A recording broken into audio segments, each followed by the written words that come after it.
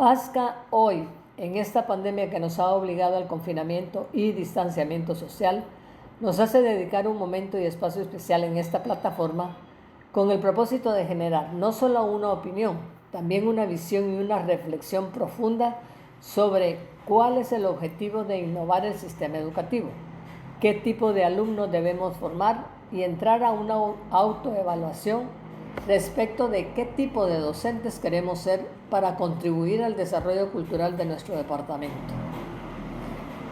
A la escuela le corresponde la enseñanza de la lengua oral, la comunicación que se establece entre dos o más personas, que tiene como medio de transmisión el habla y como código un idioma.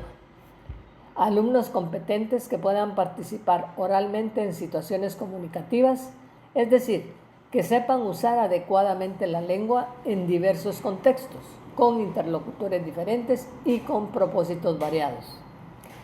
Ralentizar puede ser una óptima opción educativa para generar alumnos resilientes a los fenómenos y dilemas emergentes producidos por los cambios que dan forma a la sociedad actual. Es importante repensar en el reacomodo de la instrucción formal, interviniendo desde los grados primarios y exigiendo en los superiores y universitarios que la academia corrija, además de otros, la lectura e interpretación, escritura, pronunciación, redacción y oralidad, igual que hacer énfasis en recopilación de saberes. En nuestro medio, el docente actual se debate entre un entorno adverso para la enseñanza de la literatura, la lectura y la escritura. En la mayoría de las instituciones educativas, la literatura y los espacios como las bibliotecas se encuentran relegados o son considerados de una importancia menor ante las salas de sistemas u otros espacios propios de colegios técnicos. En un nuevo paradigma, la enseñanza se debe cambiar por una contextualización cultural de la literatura, ya que en la vida real esta tiene funciones específicas, siempre en relación con la expresión de ideas, con la carga de sentimientos y la expresión de emociones que se suman a la adquisición de conceptos culturales, políticos, religiosos, filosóficos y formativos. La tarea, aunque difícil, consiste en cambiar esa mentalidad y llevar la literatura a sus vidas, no como asignatura, sino como una práctica. Debe ser vista y analizada como un apoyo transversal en la formación cultural, que desarrolle en los estudiantes un bagaje cultural y potenciador para formar personas soñadoras, intelectuales, pero ante todo buenas personas. Llevarles que nuestra literatura es una expresión del hombre, una expresión de sus pensamientos, de su sentir, de todo lo que hay en su ser, pero que también es una creación artística. Toda belleza contenida en esta no puede ser ignorada. Tampoco ignorar el reto de formar lectores y escritores que conserven el legado cultural. La cultura no se limita a las bellas artes. Son culturas sí, pero ni abarcan la totalidad ni son, per se, el prototipo universal de la excelencia. Cada diversidad cultural puede y debe definir sus propios paradigmas de belleza y de excelencia. Por la importancia que reviste para ASCA y como novedad quiero abordar en forma muy breve, porque en una próxima conferencia se hablará al detalle el tema del patrimonio cultural oral y o inmaterial. El patrimonio cultural intangible, que son aquellas manifestaciones características de un pueblo que se transmiten de generación en generación, que es recreado constantemente por las comunidades o grupos en función de su entorno, ya que estos solo existen en las comunidades creadoras, portadoras y gestoras. Por ejemplo, la oralidad del Valle Medio del Motagua, de la cual somos salvaguardas y portadores. En la 32ª Conferencia Mundial de la UNESCO en el año 2003, aprobó la Convención Internacional para la Salvaguarda del Patrimonio Cultural Inmaterial e invitaba a promover la plena implicación de los detentadores de este patrimonio en su identificación y renovación, y debe evolucionar en coherencia con sus raíces, es decir, que se viabilice. Si el estatus y el papel de la cultura han cambiado sustancialmente Si las nuevas riquezas son y serán de naturaleza fundamentalmente cultural, es imperativo que esté presente en la mesa en la que se definen los planes educativos, planes de desarrollo y políticas culturales. Además, es necesaria la participación ciudadana, por lo que se hace necesario crear un nuevo contrato entre sociedad y cultura, en el entendido que la razón primera, no la única, de las riquezas culturales no es de índole económica.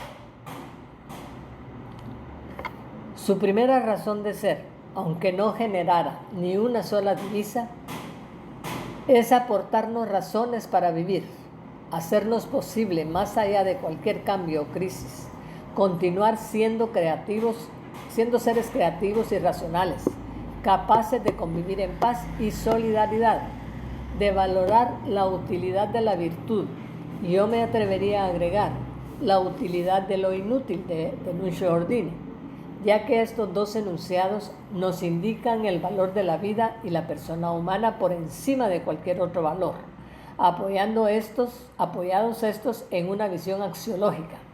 La cultura no existe sino gracias al hombre y por ende es un mundo exclusivo, en el sentido de que solamente el hombre es capaz de desarrollar la cultura. La renovación didáctica para la formación literaria ha permanecido anclada en supuestos tradicionales, especialmente trabada en los de orden historicista. Aún es necesario insistir en la necesidad de renovar la tradicional idea de enseñar literatura, porque los modelos didácticos no resultan eficaces ni responden a las necesidades de una formación personal.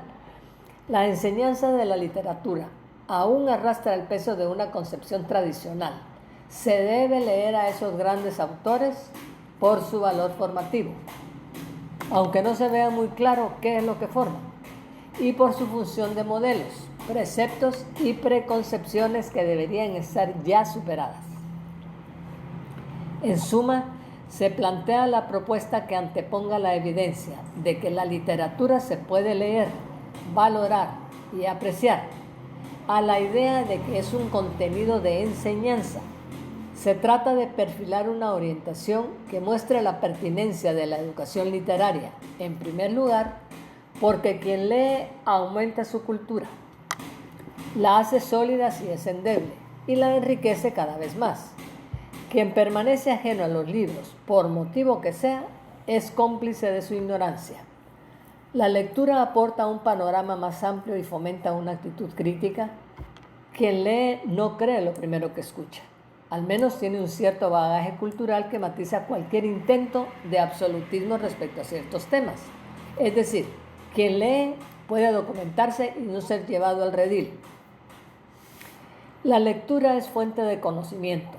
La falta de lectura, por el contrario, adormece el espíritu y la inquietud intelectual.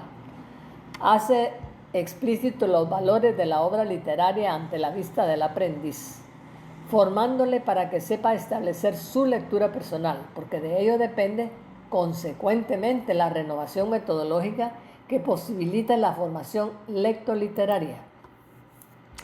¿Y cómo vamos a enfocar la enseñanza de la literatura en la educación secundaria? Dentro del contexto escolar, la enseñanza de la literatura se enfrasca en un proceso meramente académico y no de gusto y de placer, como ya mencionamos anteriormente.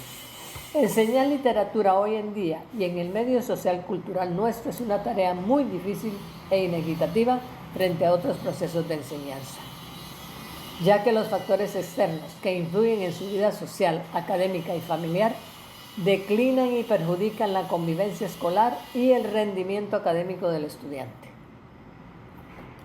El conocimiento y la cultura no tienen en ellos y en sus familias gran prioridad, ya que muchos de ellos viven sumergidos en una crisis de valores, y es así como los cánones culturales e intelectuales no apuntan ni ayudan a la formación o promoción de la lectura, por ende de la literatura. Ahora bien, ¿qué importancia tiene para ASCA tocar el tema de un nuevo paradigma cultural? Para viabilizar y en la salvaguarda de la riqueza patrimonial juega un papel estratégico la educación, sea esta formal o informal. Y quisiera enfatizar que no puede haber una reinvención del paradigma de educación sin una sabia articulación con el nuevo paradigma de cultura. Para ser eficaces, los procesos educativos tienen que ser, en primer lugar, coherentes, pertinentes al entorno. Si se pasara por el tamiz de pertinencia y eficacia los pensum y programas educativos actuales, veríamos lo aberrante e inútil que resulta el aprendizaje de la raíz cúbica o de la raíz cuadrada o el estudio de los ríos de Europa en poblaciones que aún tras haber cursado estudios de educación superior no saben distinguir una vacuna de un antibiótico, un virus de una bacteria, la gripe de un resfriado, que no conocen la lógica de los intereses de un préstamo bancario o que no conocen el procedimiento o los procesos para el registro del nacimiento de un hijo. La historia es sabia y si sabemos leerla con honestidad y sentido común, lo primero, ante el reto evidente de cambio de paradigmas de la humanidad, es tener conciencia, estar convencidos de que los viejos paradigmas no nos conducen al bien vivir. Es necesario dirigir la educación de acuerdo con un modelo pedagógico pertinente y auténtico, en correspondencia con los hombres y mujeres de estas tierras. Es la principal necesidad del proceso de formación.